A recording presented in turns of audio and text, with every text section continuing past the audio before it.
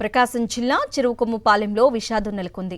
ఒంగోలు మండలం చెరువుకొమ్ముపాలెంలో సరదాగా ఈతకు వెళ్లిన నలుగురు చిన్నారులు మృతి చెందారు.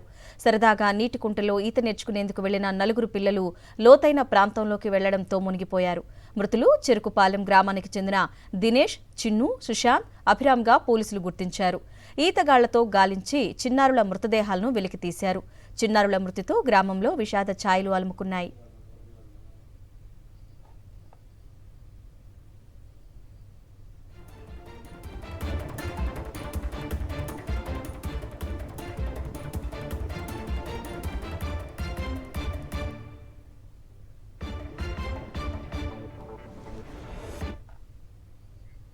ప్రకాశం జిల్లా చెరువుకొమ్ముపాలెం ఘటనపై వైఎస్ జగన్ దిగ్భ్రాంతి వ్యక్తం చేశారు.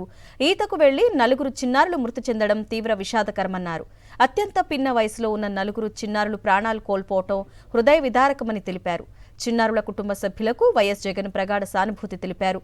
చిన్నారుల ఆత్మలకు శాంతి చేకూరాలని కోరుకుంటున్నామన్నారు.